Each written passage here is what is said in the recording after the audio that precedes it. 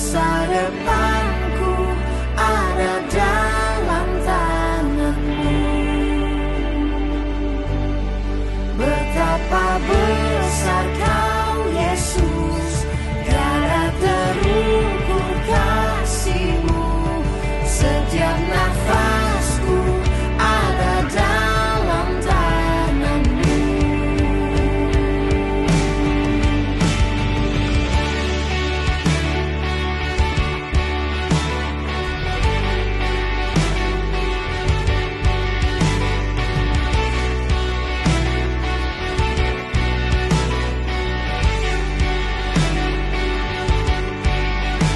Kau telah memberikanku sebuah harapan baru.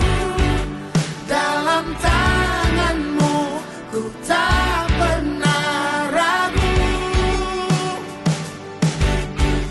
Secercah cahaya menerangi jiwaku.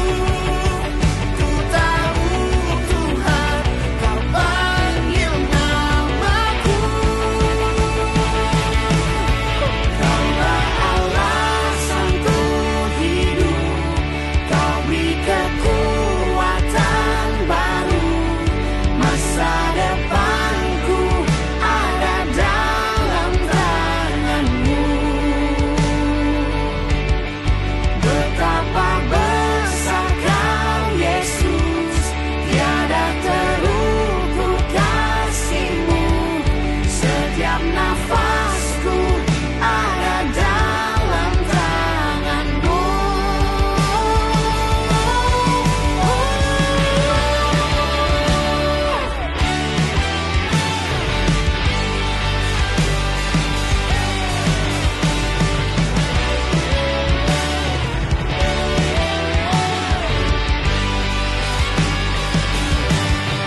Kaulah alasanku hidup, Kau beri kekuatan baru.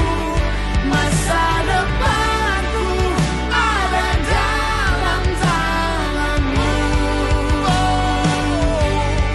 Betapa besar Kau Yesus, tiada terukur kasih-Mu. Setiap nafasku ada dalam tanganmu.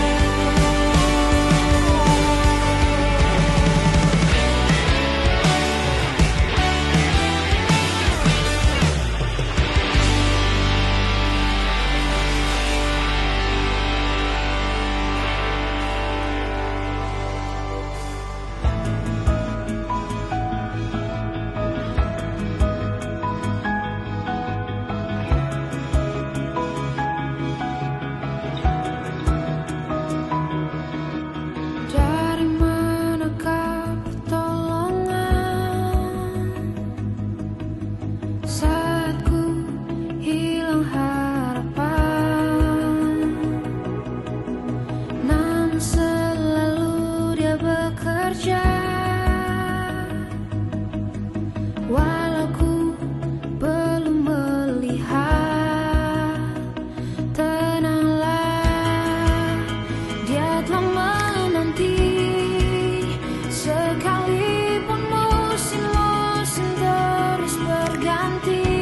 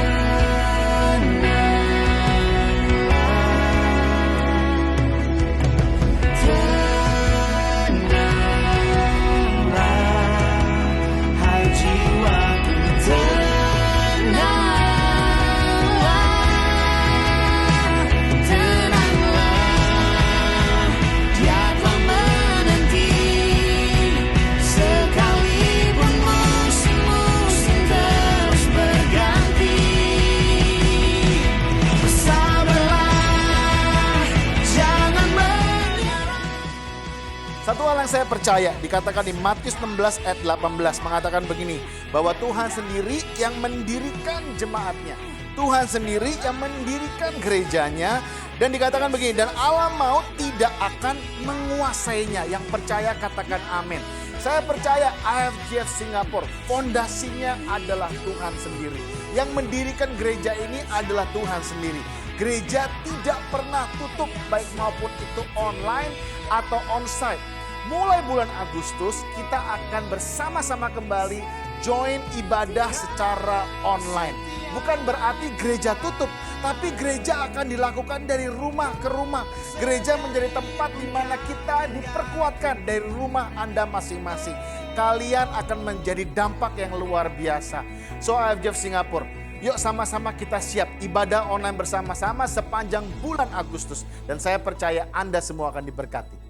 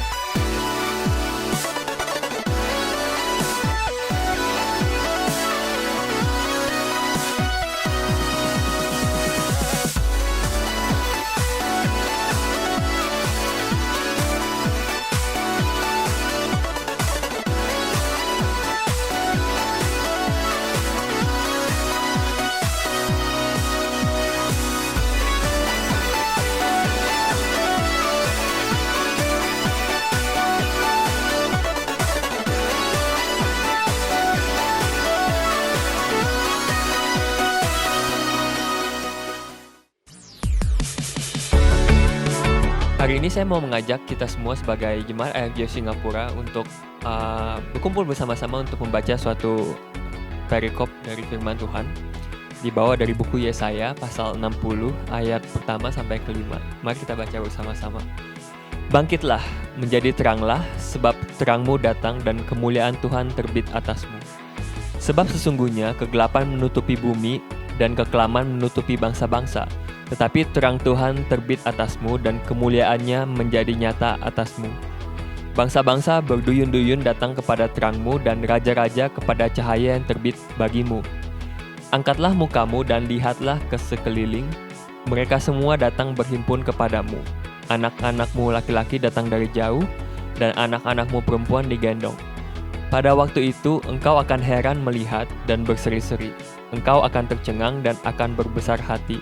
Sebab kelimpahan dari seberang laut akan beralih kepadamu dan kekayaan bangsa-bangsa akan datang kepadamu.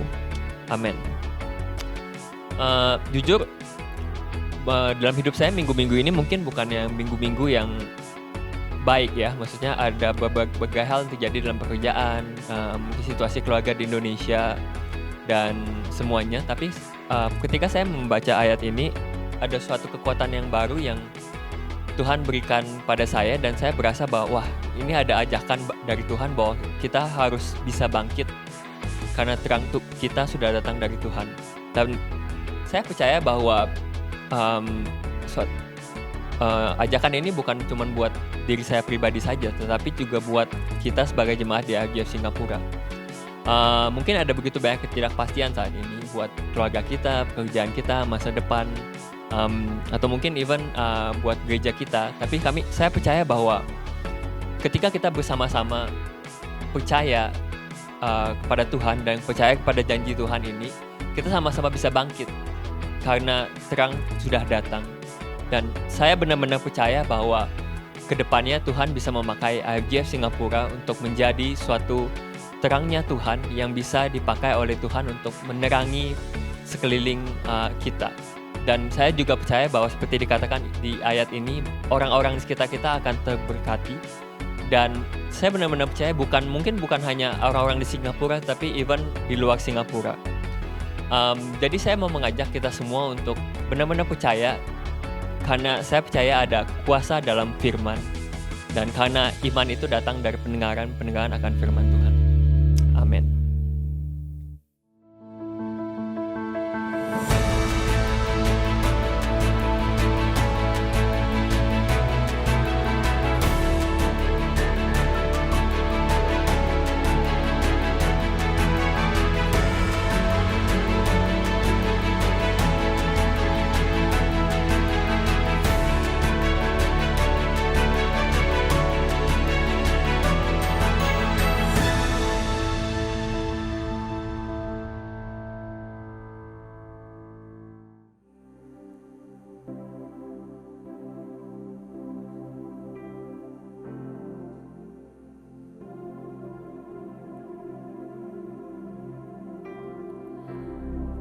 dalam kesesakan, Kau memberi kedamaian. Firman-Mu yang menghiburku.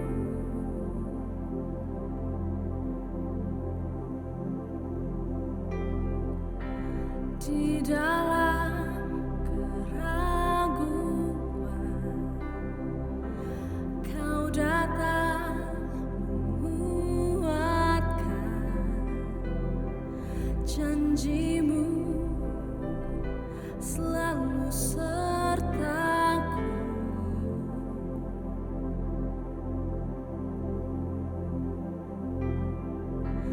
Kaulah Tuhan yang berjanji takkan pernah Kau ingkari.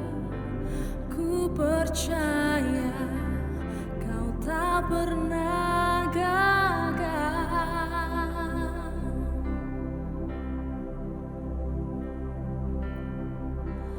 Menghiburkan, menguatkan, meneguhkan semua harapan. Ku percaya Kau tak pernah gagal.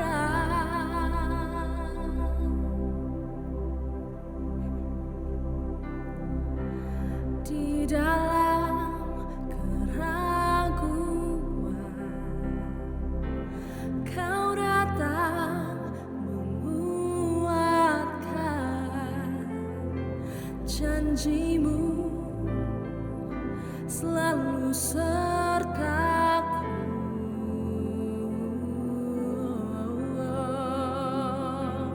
Oh, Kaulah Tuhan yang berjanji takkan pernah Kau ingkari.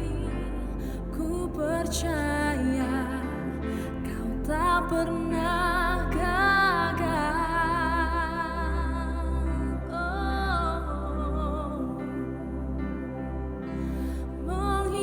Menghiburkan, menguatkan, meneguhkan semua harapan. Ku percaya Kau tak pernah gagal.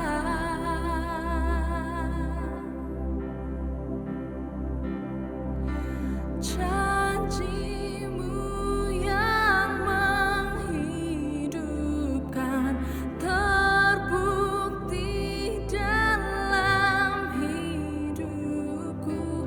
Janji-Mu yang ku percaya tak pernah meninggalkanku. Janji-Mu yang menghidupkan terbukti di dalam hidupku. Oh, janji-Mu yang ku percaya tak pernah meninggalkanku.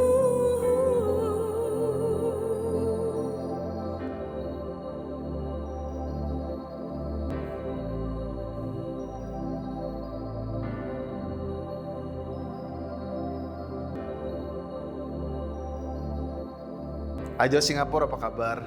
Saya percaya Anda semua diberkati oleh puji-pujian yang sudah dinaikkan. Saya percaya di dalam hadirat Tuhan kita bisa merasakan damai sejahtera. Jadi saya berdoa hari ini dari rumah ke rumah ada damai sejahtera yang melampaui pikiran kita. Apapun yang sedang kita alami, percaya bahwa dalam hadirat Tuhan kita bisa mengalami sukacita. Dan saya sendiri berdoa sekarang akan adanya sukacita terjadi dalam setiap hati Anda semua di IFJF Singapura. Sebelum kita mendengarkan firman Tuhan, saya mau ajak untuk kita bersama-sama melakukan perjamuan kudus.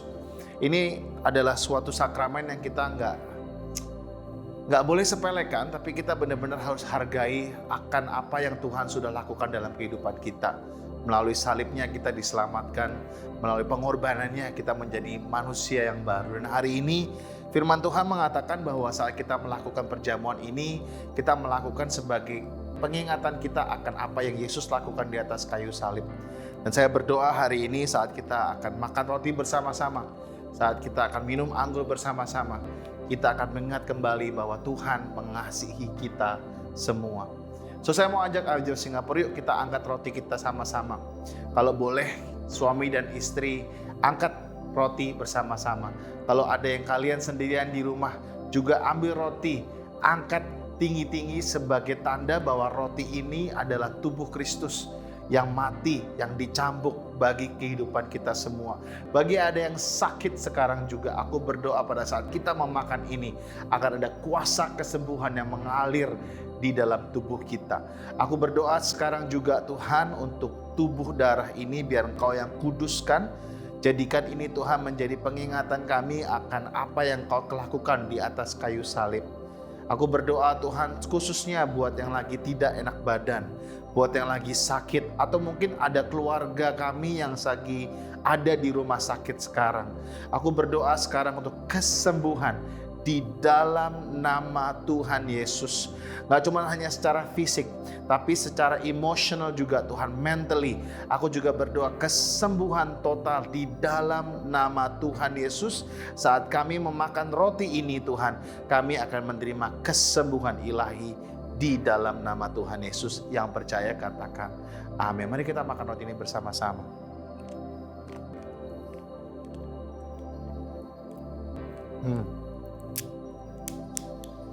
Dan selanjutnya mari kita angkat cawan anggur ini sebagai lambang dari darah Yesus yang sudah tercurah bagi kita semua. Aku berdoa Tuhan saat ini Tuhan, untuk setiap dari kita yang ada dari rumah ke rumah, yang mengangkat anggur ini tinggi-tinggi Tuhan. Aku berdoa sekarang juga Tuhan, saat anggur ini mengalir dalam tubuh kami, aku berdoa untuk biar Engkau menyucikan tubuh kami. Aku berdoa Tuhan biar kuasa darah-Mu menyucikan Tuhan tubuh kami. Dan aku berdoa Tuhan akan ada kuasa darah-Mu Tuhan yang mengalir melalui tubuh kami. Kami percaya Tuhan, kami menerima di dalam nama Tuhan Yesus.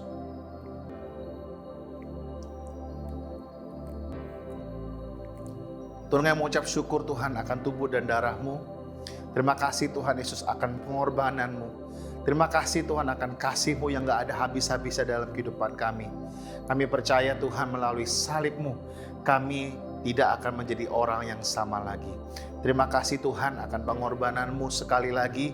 Aku berdoa Tuhan biar hidup kami selalu memancarkan kasih-Mu dimanapun kami berada. Terima kasih Tuhan, di dalam nama Tuhan Yesus kami mengucap syukur. Haleluya. Amin. Teman-teman IJF Singapura, apakah Anda siap untuk menerima firman Tuhan? Hari ini kita akan belajar bersama-sama bagaimana kita bisa memimpin. Tetap di dalam tema Leading Inside Out, kita belajar bagaimana kita bisa memimpin orang, bagaimana kita bisa mengembalakan orang sepanjang bulan ini. Saya percaya Anda akan diberkati. Have a great Sunday. God bless you. Gak disadari ya, cepat sekali kita udah membahas hampir semua chapter di 1 Petrus ini.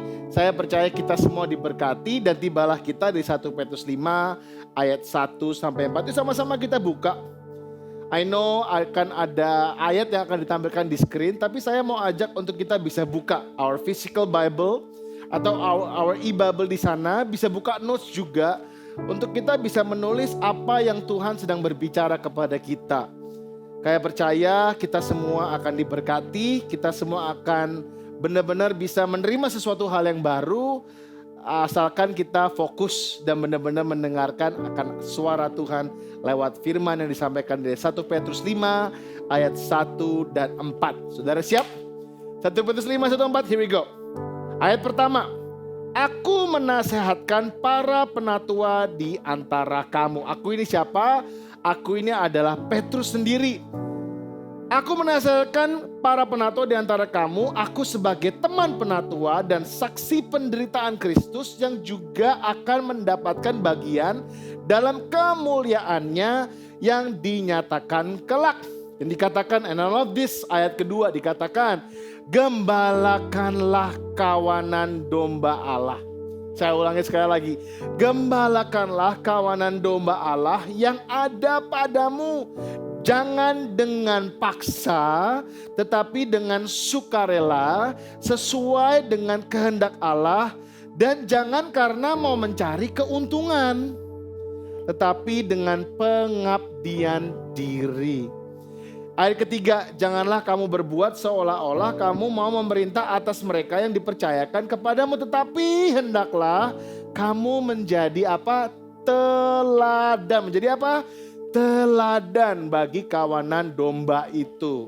Ayat keempat, maka kamu apabila gembala agung datang, kamu akan menerima mahkota kemuliaan yang tidak dapat layu. Yang percaya katakan amin. Yang mau belajar firman Tuhan katakan saya mau. Nasihat Petrus ini diberikan kepada setiap orang yang percaya.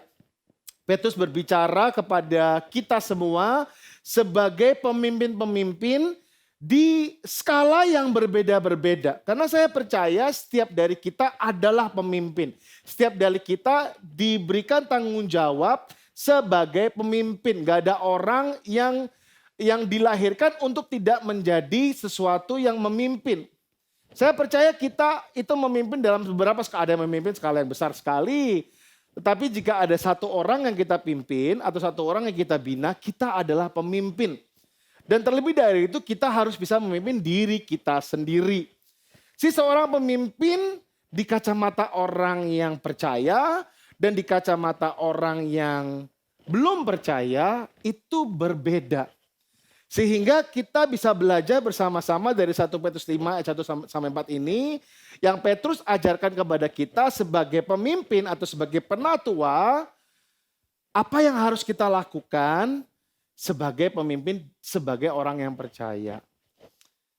Saya berikan judul hari ini, tema dari sermon ini atau message ini adalah menuntun bukan menuntut. Saya ulangi sekali lagi, menuntun bukan menuntut. Sebagai gembala, sebagai pemimpin, sering sekali kita digambarkan sebagai orang yang harus menuntun. Tetapi hal yang terjadi di dunia ini justru sebagai pemimpin lebih sering kita menuntut dibanding menuntun. Dan saya mau ajak untuk kita semua di sini sebagai pemimpin yang tadi saya katakan di skala yang berbeda-beda. Tapi izinkan saya memberikan hati sebagai seorang gembala. Bagaimana sebagai seorang gembala itu harusnya menuntun bukan menuntut. Kita belajar untuk menuntun lewat kasih, mengajarkan mereka, menuntun mereka hari demi hari melalui kasih. Saya bayangkan sebagai seorang gembala dengan beberapa domba ya. Enggak semua domba itu kalau dituntun langsung nurut. Enggak semua langsung nurut. Terkadang kita malah dihadapkan dengan kawanan domba-domba yang susah sekali diatur. Dan kita bertanya kenapa sih ada dia? Kenapa dia bikin pusing? Sehingga hati kita ini sebagai gembala, sebagai pemimpin, sebagai penatua dipaksa untuk diperbesar sehingga kita lebih mengasihi, lebih melayani, lebih menuntun mereka. Jadi jangan heran kalau misalnya ada orang-orang yang so-called nyebelin yang ada di dalam kehidupan kita, yang kita harus gembalakan, yang harus kita pimpin. Terus kita nanya, kenapa sih mesti ada dia? Kenapa dia selalu bikin pusing? Aduh kalau nggak ada dia, aduh dunia akan lebih baik. Secara pemimpin, saya akan bisa memimpin lebih baik lagi. Tapi justru karena ada dia, kapasitas kita sebagai pemimpin diperbesar. Pada saat kita mengembalakan, pada saat kita memimpin, pada saat kita melakukan ini, melayani, itu bukan hal yang nggak mudah memang. Karena ada beberapa orang yang susah untuk dipimpin. Tetapi justru mereka-mereka ini yang mengubahkan kehidupan kita. Percaya apa nggak percaya, justru orang-orang yang sulit, Justru hal-hal yang gak mudah itu yang sanggup mengubahkan kehidupan kita lebih banyak lagi. Tuhan bisa memakai situasi yang ada untuk membuat kita menjadi pemimpin atau gembala atau orang yang lebih baik lagi. Tuhan memberikan kita orang-orang yang sulit di sekitar kita untuk mengajarkan kita apa sih artinya kasih. Apa artinya kasih? Jika kita benar-benar mengasihi, jika kita benar-benar mau melayani, itu gak pandang bulu teman-teman. Itu gak pandang siapa mereka. Tapi melayani, mengasihi, menggembalakan siapapun yang Tuhan sudah percayakan kepada kita. Kita udah baca tadi di atas, tapi kita akan mendiskusi lebih banyak lagi nanti di bawah. Kita semua adalah seorang pemimpin. Kita semua adalah seorang gembala. Dalam skala yang berbeda-berbeda. Kalau kita ambil ya dari kata penatua tadi, itu nggak cuma hanya menggambarkan pembinaan di gereja, tapi juga berbicara tentang kapasitas diri. Di ayat yang pertama tadi, kata penatua itu tidak berbicara hanya tentang pemimpin di gereja, tetapi tentang kapasitas seorang pemimpin di skala yang manapun, di tempat manapun. Satu hal yang saya percaya begini, memimpin bukanlah sekedar profesi. Memimpin juga berbicara tentang kapasitas diri. Kapasitas apa sih yang diperbesar? Salah satu yang diperbesar, dan ini saya mengalami secara pribadi, yang diperbesar Tuhan selama saya mengembalakan atau melayani atau memimpin adalah hati yang mengasihi. Adalah hati yang mengasihi. Sangat sulit ketika kita mengatakan bahwa kita mengasihi Tuhan, tetapi kita tidak mengasihi siapa yang Tuhan kasihi. Saya ulangi sekali lagi. Sangat sulit kalau kita mengatakan bahwa kita mengasihi Tuhan. Dalam doa-doa kita mengatakan, I love you Jesus. Tapi kita tidak mengasihi siapa yang Tuhan kasihi. God died for all of our sins. Tidak pandang bulu, tidak pandang siapa. Itulah yang dia kasihi. Sangat sulit sekali teman-teman. So kalau kalian adalah iCare leader, kalau kalian adalah iCare core members, pemimpin dalam suatu kelompok yang lebih dari satu orang, saya percaya kapasitas Anda semua sedang diperbesar. Kualitas kehidupan Anda sedang ditambahkan. Hati kita sedang diperluas untuk apa? Untuk lebih mengasihi lagi. Sehingga sebagai penatua, sebagai pemimpin, sebagai gembala, kita bisa lebih menuntun, bukan menuntut. Menuntun, bukan menuntut. Kita belajar seorang Petrus yang menulis buku ini, dia adalah orang nelayan yang biasa-biasa aja sih sebenarnya. Banyak kelemahannya. Tapi dengan Tuhan, kehidupan Petrus mempunyai tujuan yang mulia. Pasti itu gak terjadi secara langsung. Not in a blink of an eye. Petrus harus belajar bagaimana menuntun, bukan menuntut. Dia melihat dari Yesus sendiri bagaimana Yesus ini menuntun, bukan menuntut. Dia melihat dengan kepala mata sendiri bagaimana Yesus menuntun dan mengasihi murid-muridnya. Bahkan dikatakan di Yohanes 21 ayat 15 dan 19, Pastor Jimmy sering memberitakan ini, sering mengingatkan kita selalu. Kalau kita mengasihi Tuhan, maka Yesus mengatakan gembalakanlah domba-dombaku. Kalau kita mengatakan bahwa kita mengasihi Tuhan, gembalakanlah domba-dombaku. Dan saya percaya mengembalakan ini adalah aksi atau reaksi dari seorang manusia yang telah benar-benar mengalami kasih Tuhan. Yang telah mengalami kasih Tuhan dan mengasihi Tuhan. Kalau Anda mengasihi Tuhan dan pernah mengalami kasih Tuhan, aksi dan reaksinya adalah mengembalakan domba-dombanya. Hati untuk manusia lahir dari pengalaman kita bersama dengan Tuhan yang penuh dengan kasih. Sehingga respon kita adalah mengembalakan domba-dombanya. Dengan caranya gimana? Menuntun, bukan menuntut. Menuntun, bukan menuntun. Yuk kita baca kembali di 1 Petrus 5 ayat 2 sampai ke 3. Gembalakanlah kawanan domba Allah yang ada padamu, jangan dengan paksa tetapi dengan sukarela sesuai dengan kehendak Allah. Dan jangan kamu mencari keuntungan tetapi dengan pengabdian diri. Janganlah kamu berbuat seolah-olah kamu mau memerintah atas mereka yang dipercayakan kepadamu, tapi hendaklah kamu menjadi teladan bagi kawanan domba itu. Saya ulangi sekali lagi, seorang gembala haruslah menuntun, bukan menuntut. Jangan sampai kita sebagai gembala yang kita gembalakan, kita paksakan mereka untuk mengikuti keinginan pribadi kita. Mengembalakan itu nggak berfokus kepada kita, mengembalakan itu berfokus kepada siapa yang kita gembalakan. Mengembalakan tidak berfokus kepada kebutuhan kita, mengembalakan berfokus kepada kebutuhan mereka yang kita gembalakan. Menuntun itu apa sih artinya? Menuntun itu berjalan bersama, membantu bersama, mendorong mereka untuk menjadi lebih baik, menghardik mereka. Kadang-kadang kita harus menghardik mereka jika ada hal yang gak benar yang mereka lakukan. Tetapi juga merayakan keberhasilan mereka di dalam hidup. Dan yang terutama membawa mereka kepada potensi dan kapasitas yang Tuhan sudah berikan dalam kehidupan mereka. Sehingga mereka bisa melihat the greater destiny in their lives. Bisa melihat tujuan yang luar biasa dalam kehidupan mereka. Jadi mengembalakan ini tidak terjadi secara langsung. Mengembalakan ini tidak terjadi hanya satu hari dalam seminggu. Tapi mengembalakan ini harus suatu hal yang konsisten yang kita punyai sebagai umat Tuhan. So mengembalakan ini harus menjadi gaya hidup kita.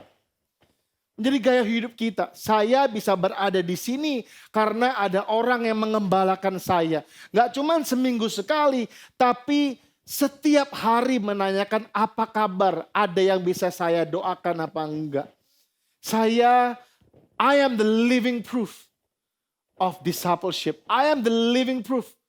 Di mana orang mengembalakan saya sejak saya kecil. Dan pertanyaan saya, seberapa jauh kita mau menuntun orang? Seberapa lama kita mau mengembalakan mereka sampai mereka bisa sampai ke tujuan mereka? Seberapa banyak pengorbanan yang harus kita beri? It's a tough question. Sampai kapan? Saya mau katakan selama ada kasih Tuhan dalam hidup kita. Selama ada kasih Tuhan dalam kehidupan kita. Gembalakanlah domba-dombanya. Pada saat kita mengembalakan, kita bisa belajar bagaimana kita bisa menuntun, tidak menuntut. Ada 3 hal yang saya mau bagikan hari ini. Apa yang kita jangan lakukan pada saat kita mengembalakan. Dan kita bisa belajar dari 1 Petrus 5 tadi, ayat kedua dan ayat ketiga. Ada 3 hal yang kita bisa pelajari. Yang pertama adalah jangan terpaksa. Yang kedua, jangan mencari keuntungan. Dan jangan memerintah. Jangan lakukan 3 hal ini jika kita mau mengembalakan orang. Jangan lakukan 3 hal ini kalau kita mau menuntun orang. Jangan dengan terpaksa, jangan mencari keuntungan, dan jangan memerintah. Kita akan breakdown one by one. 1 Petrus 5 ayat 2 mengatakan, gembalakanlah kawanan domba Allah yang ada padamu. Jangan dengan paksa, jangan dengan paksa, tetapi dengan sukarela sesuai dengan kehendak Allah. Maksudnya apa sih? Ketika kita melakukannya dengan terpaksa, biasanya. Ada sesuatu yang kita tuntut dari orang yang kita gembalakan. Benar? Kalau kita ngelakuin dengan terpaksa, pasti ada sesuatu yang kita mau. Karena indikasinya apa? Karena kalau kita melakukan dengan terpaksa, biasanya kita ini nggak punya inisiatif. Kita menunggu disuruh baru kita melakukan. Atau merasakan yang tadi saya katakan, hal yang kita kerjakannya menjadi suatu beban. Jadi kayak suatu beban. Melakukannya dengan seadanya. Tidak memberikan yang terbaik. Dan mungkin indikasi yang terakhir, kalau kita melakukan hal ini buat orang ini, kita pengen cepat-cepat selesai lah. Pengen cepat-cepat kelar. Gak mau melakukan hal yang lebih atau gak mau melakukan extra mile or even the second mile. Ini indikasi-indikasi ini kita bisa cek sih dalam kehidupan kita. Apakah kalau kita melayani, apakah kalau kita mengembalakan, kita nunggu untuk disuruh. Atau kita merasakan ini menjadi suatu beban. Atau kita melakukannya dengan seadanya aja. Atau kita ingin cepat-cepat selesai. Kalau ada beberapa dari teman indikasinya ada di dalam 4 poin tadi. Mungkin kita bisa cek dan dicek hati kita. Apakah kita melakukan yang benar. Justru sebagai seorang gembala, kita tidak melakukan dengan terpaksa, tapi kita harus melakukannya dengan hati yang sukarela. Ketika kita mengembalakan, haruslah kita punya sukarela tanpa pamrih kalau bahasa Indonesianya. Apa sih itu?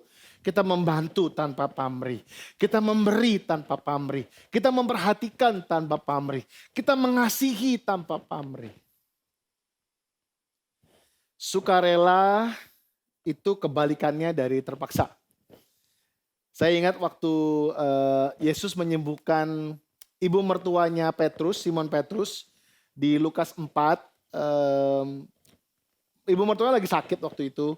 Dan Yesus sudah baru menyelesaikan pelayanannya yang jam-pack, yang banyak sekali. Tetapi pas dia sampai di sana, dia memilih untuk menyembuhkan ibu mertuanya. Tired, capek, habis pelayanan. Siapa yang di sini pernah mengalami capek secara physically waktu pelayanan?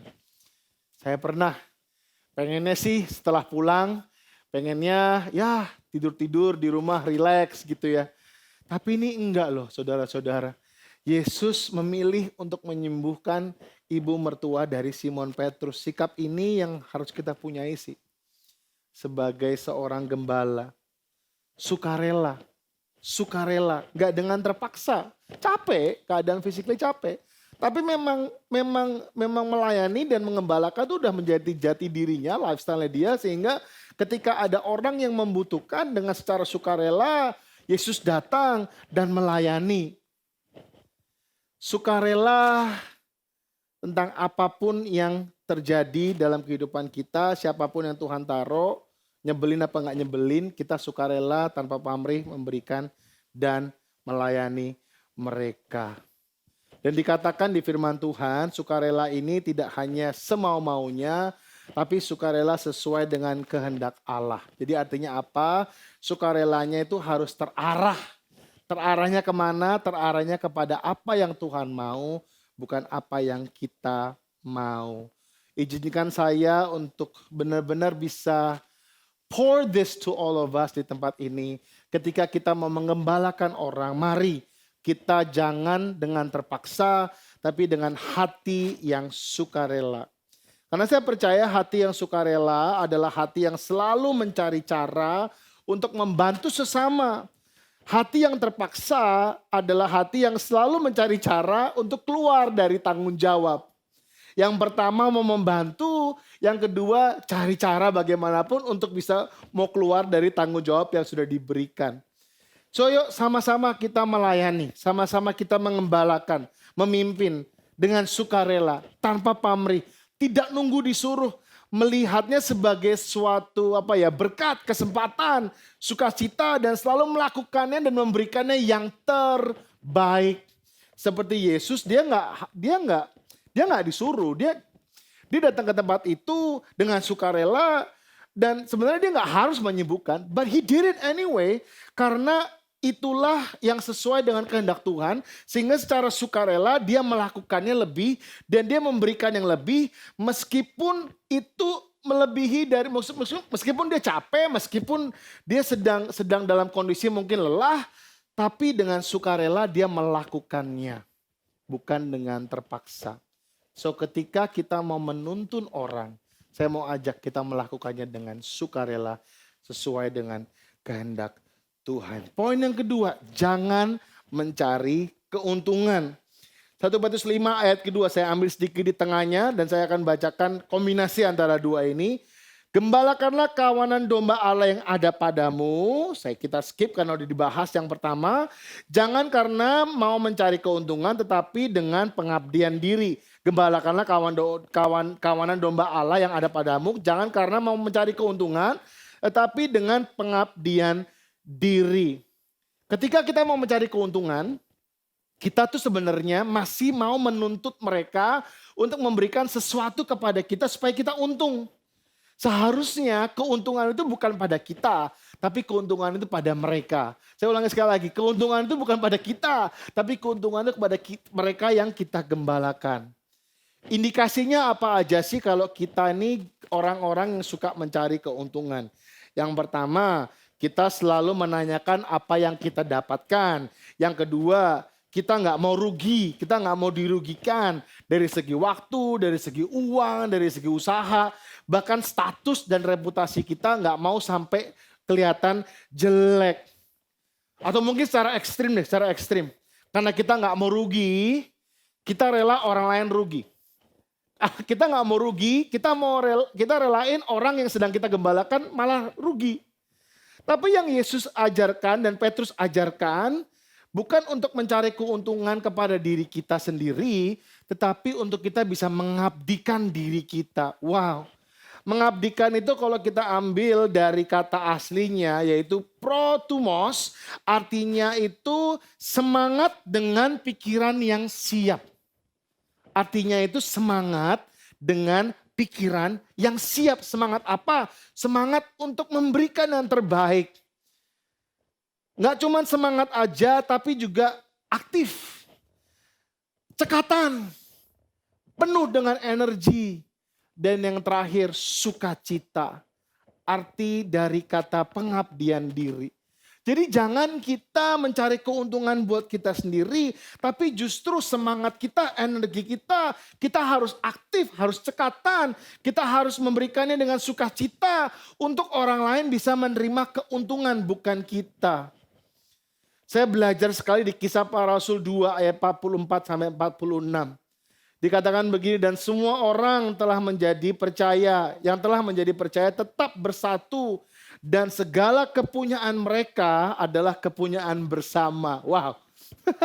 Ayat 45 dikatakan, dan selalu ada dari mereka yang menjual harta miliknya, lalu membagi-bagikan kepada semua orang sesuai dengan keperluan masing-masing.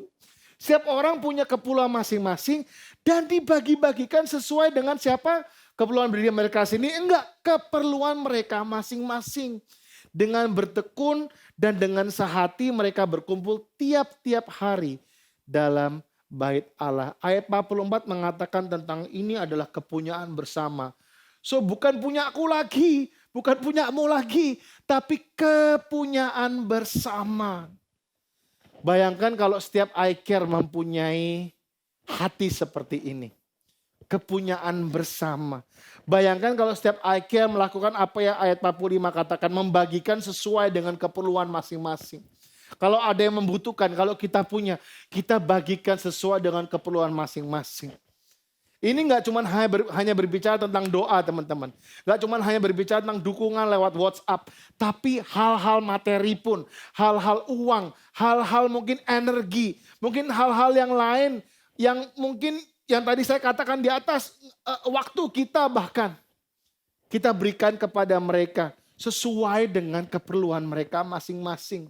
Dan ayat 46 dikatakan mereka melakukannya dengan gembira dan tulus. Tulus. Seperti yang dikatakan di poin yang pertama, gak terpaksa, tanpa pamrih. Tulus, mereka memberikan sesuai dengan keperluan masing-masing. Jadi keuntungannya gak pada mereka, gak pada orang yang memberi, tapi kepada siapa yang diberi.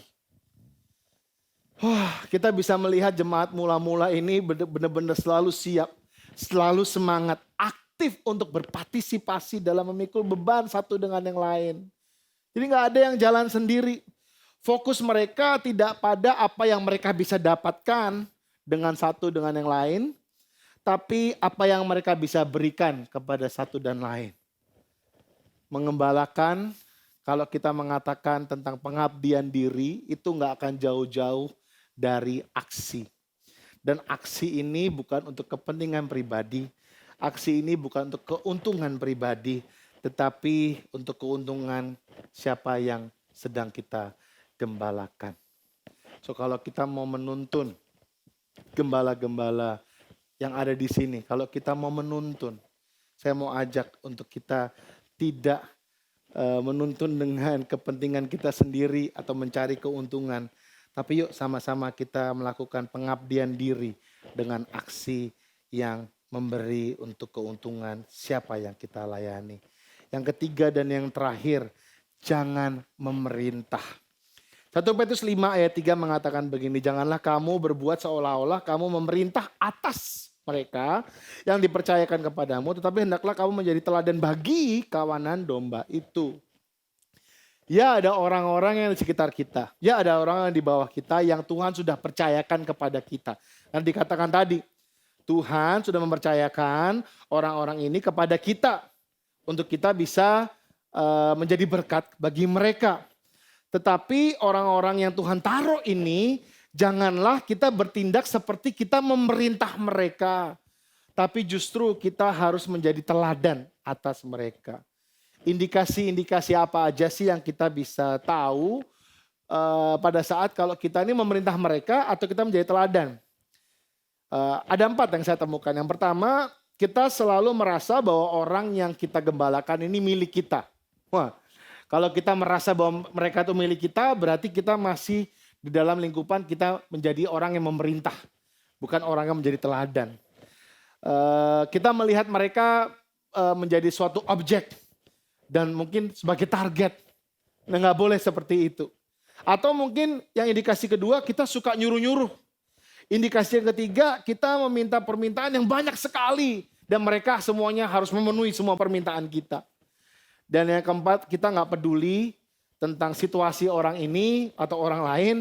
Mental mereka kita nggak pusingin, segi emosional kita nggak pusingin, apalagi segi spiritual kita nggak pusingin. Pokoknya yang gue mau lu harus jalanin. Nah, kalau kita mempunyai indikasi-indikasi ini, udah mulai red flag saudara-saudara. Udah mulai red flag di mana, oh ternyata gue masih dalam posisi yang memerintah ya. Bukan menjadi teladan. Karena justru kalau kita menjadi teladan ini, kita harus menjadi orang yang patut untuk ditiru. Patut untuk menjadi contoh. Justru kita yang harus melakukannya terlebih dahulu sebelum mereka melakukan. Itu yang artinya teladan. Kalau kita mau mengatakan bahwa yuk semuanya datang on time, kitanya harus datang on time terlebih dahulu sebelum orang yang kita pimpin datang on time. Nggak bisa kalau misalnya orang yang kita pimpin datang lebih pagi dari kita. Lama-kelamaan bisa ditinggal teman-teman. Yuk sama-sama kita bisa menjadi contoh dalam kehidupan mereka. Tapi menjadi contoh ini hal yang lebih touchy ya, karena buat saya, wah berarti gue harus menjadi orang yang sempurna.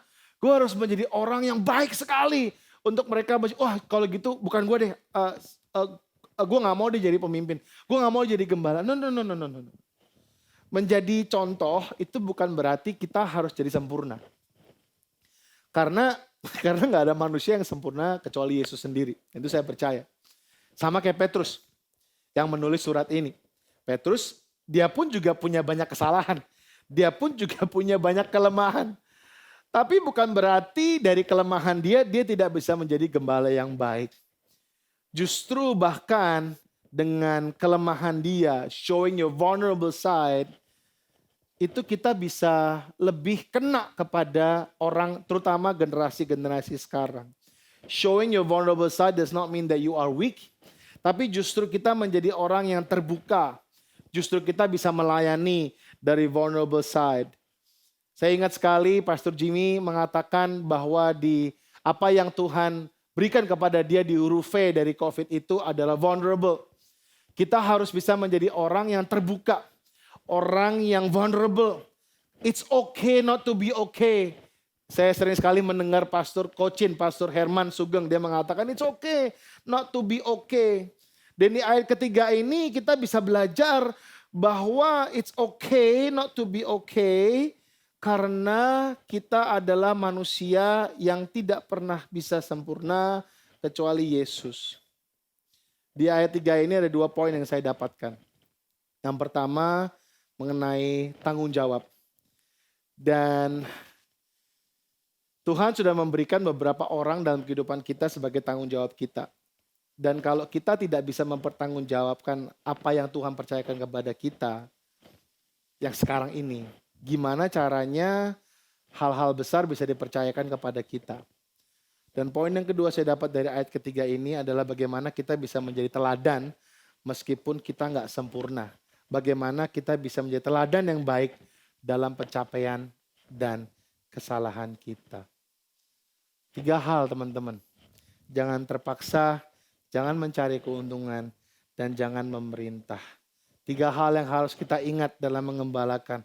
Untuk kita bisa menuntun, bukan menuntut. Jangan lakukan dengan terpaksa, tapi dengan sukarela. Jangan mencari keuntungan, tetapi dengan pengabdian diri. Jangan memerintah, tetapi yuk mari kita menjadi teladan. Dan pada akhirnya di 1 Petrus 5 ayat 4 dikatakan kita akan menerima kemuliaan yang tidak dapat layu. Kita akan menerima mahkota yang hidup. The reward is not of this world. Upahnya bukan dari dunia ini, melainkan dari sorga. Saya mau ajak untuk teman-teman di sini mulai memikirkan situasi Anda, orang-orang yang ada di sekitar Anda, orang-orang yang sudah percayakan kepada Anda semua. Baik mau itu group of 2, a group of 1 even, a group of 5, a group of 500, group of 1,000. Seberapa besar yang Tuhan sedang percayakan saat ini. Saya mau ajak untuk kita, yuk sama-sama menuntun mereka. One by one. Yuk sama-sama kita menuntun mereka dengan sukarela. Sama-sama kita menuntun mereka dengan pengabdian hidup kita kepada mereka, kepada Tuhan. Sama-sama kita menuntun mereka dengan melakukannya terlebih dahulu menjadi teladan dalam kehidupan mereka. Jangan kita melayani dengan kata-kata begini, what's in it for me? Tapi mari kita melayani dengan kata-kata, what can I do for you? Apa yang bisa saya lakukan buat Anda, bukan apa yang saya bisa dapatkan dari ini. Kita bisa katakan kepada orang-orang yang kita sedang layani, yang kita sedang pimpin, apa yang saya bisa doakan buat Anda. How can I be a blessing? Bagaimana hidup saya bisa memberkati hidupmu. Terkadang kalau ada orang butuh sesuatu di WA ya, kita suka bilang praying. Praying for you. Cuman kita nggak ngelakuin apa-apa. Now speaking to myself, saya bicara buat diri saya sendiri. Kadang-kadang kalau ada orang yang ada masalah gitu, tag saya atau dalam grup yang besar, dia lagi cerita, kita cuma bilang praying. But do we actually pray? Do you actually pray? Apakah kalian benar-benar berdoa? Atau cuma hanya tulis aja gitu? Apakah kalian benar-benar berdoa dan gak cuma berdoa doang tapi bisa nanya ke dia, is there anything that I can do? Ada apa gak yang saya bisa lakukan? Ada apa gak yang saya bisa berikan? Saya mau ajak untuk kita semua bisa mempunyai hati yang mengasihi. Untuk kita bisa menjadi gembala yang baik. Untuk kita bisa menjadi pemimpin yang baik. Kita harus mempunyai hati yang mengasihi. Dan itu dapat dari mana? Itu kita bisa dapat dari Tuhan yang sudah mengasihi kita. It is impossible to love God without loving His people. Sangat amat sulit kalau kita mengatakan bahwa kita mengasihi Tuhan, tapi kita tidak mengasihi siapa yang Dia kasihi. Yuk sama-sama kita berdoa. Dan hari ini aku mau berdoa untuk setiap hati demi hati yang ada di layar screen ini, yang ada di balik layar screen ini. Aku mau berdoa untuk setiap dari kita sehingga kita mempunyai hati yang mengasihi. Hati yang mau go the extra mile buat teman-teman yang Tuhan sudah percayakan dalam kehidupan kita. Mari kita pejamkan mata kita. Tuhan, aku berdoa Tuhan hari ini untuk firman-Mu yang sudah diberitakan. Aku percaya Tuhan ini adalah isi hati-Mu. Aku percaya Tuhan ini adalah apa yang Kau mau beritakan kepada kami. Ketika kami mau mengatakan bahwa apa yang kita kerjakan itu harus dari inside dan sehingga keluar, out. Hati yang harus mengasihi, hati yang penuh dengan belas kasihan, ini yang harus kita punya dalam kehidupan kami. Sehingga ini bisa terpancar keluar dimanapun kami berada. Tuhan, kami sama-sama mengatakan bahwa kami mengasihi Engkau. Kami benar-benar cinta sama Engkau Tuhan. Dan izinkan kami untuk mempunyai hati yang melayani, yang ingin melayani, hati yang tulus Tuhan. Dengan tidak terpaksa, hati yang sukarela Tuhan. Untuk benar-benar mengasihi siapa yang Kau kasihi. Aku berdoa hari ini Tuhan, hati, a compassionate heart, hati yang penuh dengan belas kasihan. Hati yang remuk akan jiwa-jiwa. Hati yang remuk Tuhan dan empatah Tuhan Yesus untuk orang-orang yang Kau taruh di sekitar kami Tuhan. Ini yang menjadi doa kami setiap hari. Tuhan, kami ingin melihat Tuhan kehidupan kami gak cuma hanya untuk kepentingan kami, tapi kehidupan kami itu bisa menjadi berkat bagi banyak orang Tuhan. Nah, aku berdoa Tuhan dari rumah ke rumah, dari kamar ke kamar Tuhan, nama-Mu akan dimuliakan Tuhan dimanapun kita berada. Terima kasih Tuhan, Tuhan jaga hati kami, Roh Kudus bantu ingatkan selalu untuk kami bisa menjadi gembala yang baik untuk menuntun, bukan menuntut. Terima kasih Tuhan, di dalam nama Tuhan Yesus kami mengucap syukur. Haleluya. Amin. Mari sama-sama kita angkat tangan kita. Kita akan doa berkat, sehingga saya mau baca dari Ulangan 28 ayat 1 sampai 6 dan kita berdoa untuk firman ini bisa menjadi suatu yang kita amini bersama-sama dan berkat Tuhan menyertai kita dimanapun kita berada. Angkat tanganmu, mari kita berdoa bersama-sama. Jika engkau baik-baik mendengarkan suara Tuhan Allahmu dan melakukannya dengan setia segala perintahnya yang kusampaikan kepadamu hari ini, maka Tuhan Allahmu akan mengangkat engkau di atas segala bangsa di bumi. Segala berkat ini akan datang kepadamu dan menjadi bagianmu. Jika engkau mendengarkan suara Tuhan Allahmu, diberkatilah engkau di kota dan diberkatilah engkau di ladang. Diberkatilah buah kandunganmu, hasil bumimu dan hasil ternakmu, yaitu anak lembu sapimu dan kandungan kambing dombamu. Diberkatilah bakulmu dan tempat adonanmu. Diberkatilah engkau pada waktu engkau masuk dan diberkatilah engkau pada waktu engkau keluar. Aku berdoa berkat Tuhan selalu melimpah dalam kehidupan kami. Di dalam nama Tuhan Yesus kami terima. Haleluya. Amin. Happy Sunday and God bless you.